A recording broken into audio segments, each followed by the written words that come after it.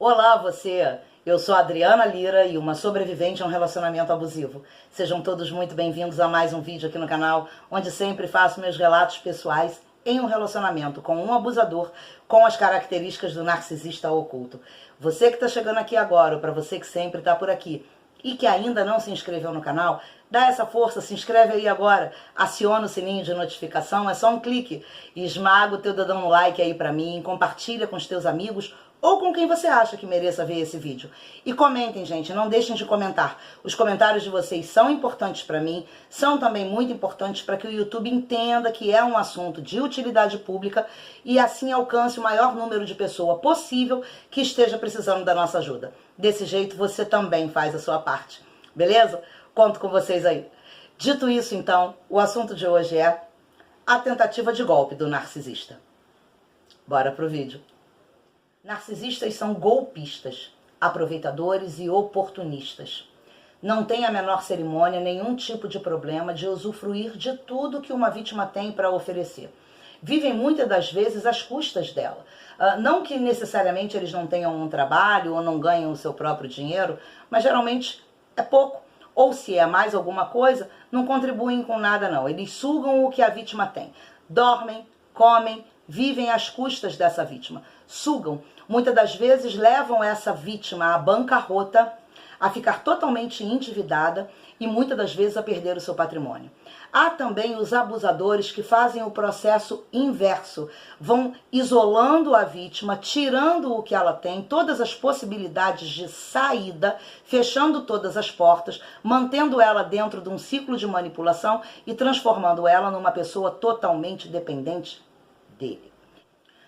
Foi assim comigo, eu já o conhecia desde a minha adolescência, passei alguns anos sem vê-lo, 6 anos basicamente, e aos 21 anos de idade eu o reencontrei. Começamos a namorar e o ciclo de manipulação, o love bomb, é tão severo que em 2 meses e meio eu coloquei ele dentro da minha casa. Veja, ele chegou e eu já tinha uma casa, meu pai já tinha me dado essa casa. Era dentro de um condomínio, o condomínio era alto, né? O valor era alto, tinha água, luz, comida para colocar dentro de casa e basicamente quem bancava tudo isso era eu. Sim, ele tinha um certo valor que ele recebia por mês, ajudava sim em alguma coisa, mas basicamente o grosso, quem supria as necessidades do lar realmente era eu. Os anos se passaram, o meu filho já estava com 2 aninhos de idade e ele trabalhava com o pai nessa época num estabelecimento dentro de um colégio, dentro de uma escola. Como vocês sabem, toda a escola funciona mais ou menos de fevereiro, março a novembro, não é isso? Dezembro, janeiro e alguns dias de fevereiro entram de férias. Então foi um período em que parece, hoje eu tenho até as minhas dúvidas se foi exatamente isso que aconteceu. Mas o pai dele disse que queria vender esse estabelecimento comercial e que ia embora para as terras dele, né, para a cidade da cidade natal, na verdade. E aí ele foi fazendo um ciclo de manipulação, dizendo, poxa, eu queria tanto poder comprar isso do meu pai. Observem isso. Eu queria tanto comprar isso do meu pai. Como é que a gente poderia fazer? Será que a gente conseguiria pegar um dinheiro emprestado? Puxa, se a gente tivesse alguma coisa para vender, sabe? Vai levando você a pensar junto com ele o que você pode fazer. Puxa, será que alguém emprestaria esse dinheiro? Porque esse estabelecimento comercial dentro da escola dava sim uma quantia razoável, dava para se viver com dignidade. Então ele vai levando, não falou não para mim realmente, venda a casa, não, mas eu tomei a atitude. Poxa, só se a gente vender a casa. Se a gente vender a casa, como dá dinheiro lá, depois você compra um terreno, né? Ou a gente constrói, ou a gente compra uma outra casa e aí você me devolve. Era esse o combinado, fechado, mas era final de ano. Mês de outubro, eu vendi a casa nessa época por 25 mil reais. Eu coloquei 20 mil reais na mão dele e ele foi lá e comprou o estabelecimento comercial do pai. O pai dele picou a mula. Mês de novembro, a escola fechou as portas e aí era um período de férias, né? Então não dava nem mesmo para a gente ir morar de aluguel, porque tinha as outras contas para poder pagar. Como não tinha trabalho, nem dezembro, nem janeiro, nem fevereiro, não tinha como pagar aluguel. Foi quando ele me sugeriu para que nós fôssemos para outra cidade, morar numas terras de posse da mãe dele, né? Eu saí da minha cidade, ele me tirou de perto da minha família, eu já tinha tirado a minha casa. O carro seminovo que eu tinha, eu já tinha vendido esse carro seminovo para poder ir pagando dívidas, pagando contas. Depois conto outras coisas a respeito disso, de dinheiro, coisas que eu paguei que hoje, sinceramente, nossa. Bem, vamos lá, voltando aqui. Então, eu fui para as terras da mãe dele, onde tinha uma casinha lá abandonada. Os outros 5 mil reais que sobraram, ele manifestou a vontade de comprar um carro de um amigo. E eu dei esses 5 mil reais, ele foi lá e comprou o carro que ele queria. Tá aí, o golpe estava dado. Eu já estava isolada da minha cidade, morando de favor lá na casa das terras da mãe dele, né? Não tinha mais o meu carro, o carro estava com ele, era dele, o estabelecimento comercial também no nome dele lá, era ele quem estava à frente, e ele estava pronto para me dar um pé no rabicó com um menino de 3 anos, eu não tenho dúvida disso. Só que o que aconteceu e o que ele não esperava, eu já contei isso, eu vou deixar o card aqui para vocês, desse vídeo que eu contei. Eu estou fazendo um pequeno resumo para poder chegar no assunto que eu quero abordar hoje. Ele não esperava. Quando ele abriu as portas do estabelecimento, lá pelo mês de fevereiro, no meio de fevereiro, ele em março começou a juntar um dinheiro. Quando foi em abril, que a coisa ainda não estava segura para ele poder dar o descarte, no mesmo dia, gente, isso aconteceu na minha vida, realmente no mesmo dia, 16 de abril de 1997, não tem como esquecer essa data. O que ele me disse é que ele recebia a notícia lá no estabelecimento, na escola da administração, que o pai dele já estava avisado desde o ano passado que a escola no ano seguinte fecharia as portas. O que você faz com um estabelecimento comercial dentro da escola? Coloca nas costas? Leva para onde? Então, é como falir, basicamente. Não que essa escola tenha falido, ela fecharia a porta, né, daquela unidade e permaneceria com uma outra. Mas uma outra em que não dava. O estabelecimento comercial da outra unidade já tinha proprietário. Então, nesse mesmo dia 16 de abril, enquanto ele estava recebendo lá essa notícia, eu recebia na porta da casa, lá das terras, né, da mãe dele, que era de posse, um oficial de justiça com a polícia, um caminhão já parado na porta, e um senhor com o filho dele ao lado, também já adulto, com um mandado assinado por um juiz de despejo. Eu fui despejada imediatamente naquele dia. Não teve tempo, eu não tive uma semana, 5 dias, 24 horas, eu não tive nada. Eu fui despejada. O pessoal do caminhão começaram, as pessoas do caminhão começaram a desmontar as minhas coisas. Olha, foi um absurdo, uma dor imensa, um vazio, um buraco, que eu não tenho mesmo como explicar para vocês não, sabe?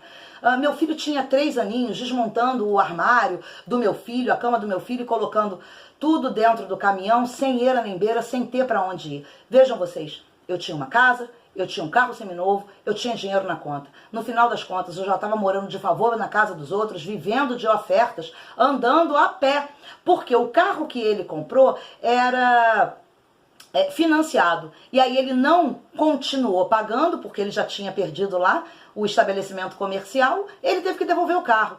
Pegou de volta alguma coisa, olha, mas eu sei que esse dinheiro foi todo embora, por conta dessa situação toda, né? Quando você vê o dinheiro vai embora. Pois bem, anos se passaram, a gente vivendo de favor, e foi por isso que ele foi ficando comigo. O golpe que ele ia dar não deu certo, mas não deu certo por questões da vida mesmo. Bom, enfim, alguns anos depois, eu estava já morando na casa do meu pai, ele também estava já com o meu filho. Eu consegui um trabalho para trabalhar como secretária. Da casa do meu pai até esse trabalho era 360 graus de distância. Eu pegava um ônibus pirata com meu filho de 4 anos nas minhas pernas, um peso absurdo. Chegava já na rodoviária com as pernas totalmente dormentes com aquele menino. Eu levava ele comigo porque eu deixava ele numa creche, né? E entendam, eu trabalhava e o dinheiro que eu ganhava era quase que praticamente para pagar a creche do meu filho. Sobrava muito pouco, mas eu precisava daquele pouco, né? 2 anos depois eu acabei sendo dispensada e com o dinheiro da minha indenização, na cidade mesmo, aonde eram as terras de posse da mãe dele, eu consegui, porque como a cidade era nada, a cidade era um ermo. Cheguei eu e a Mata Atlântica, era o que tinha por essa cidade. Então eu consegui comprar um terreno parcelado até por promissória. Eu com o dinheiro da indenização dei entrada, assumi a dívida das promissórias, né, para ir pagando por anos. Mas era só o terreno. Veio meu pai de novo, veja, ele não havia devolvido a minha casa. Essa daí eu perdi, né? Mas havia a promessa de que ele iria me devolver. E aí meu pai de novo veio e me ajudou. Meu pai pagou todo o material da construção da minha casa e a mão de obra. A única coisa que o meu pai não conseguiu me ajudar foi com o acabamento, do tipo janela, piso, vaso, pia, mas instalação elétrica, instalação hidráulica, cimento, tijolo, areia, areola e a mão de obra, estava tudo pronto, até a laje. Então era só entrar e morar. Ok, e assim foi feito, né? Construí, meu pai me deu novamente, basicamente, a casa, apesar do terreno ser meu e eu estar pagando. Gente, quando foi em 2004, eu já estava com ele há 12 anos. Meu filho já tinha 10 anos. Eu não podia mensurar a razão pelo qual, justamente naquele ano, ele me pediu em casamento, porque nós só morávamos juntos. Ele me pediu para que nós regularizássemos a nossa situação, tanto no civil quanto no religioso. E eu fiquei toda boba, toda feliz. Achei que aquele era o momento em que eu teria, sim, uma relação saudável, nós estávamos mais maduros, né? E estávamos, então, nos comprometendo nesse casamento. Mas por que que ele me pediu em casamento? Quando nós chegamos no divórcio, ele quis a casa. Como assim? Querer a casa? Como assim? Nós já havíamos dividido os veículos, ele já havia levado um, eu tinha ficado com outro, e aí ele queria a casa, alegando, sim, mas fui eu que fiz ali o muro, sim, mas e a casa que você me levou, que sei lá para onde que foi parar e que nunca teve retorno? Você fez o muro, mas também não pagou aluguel por essa casa.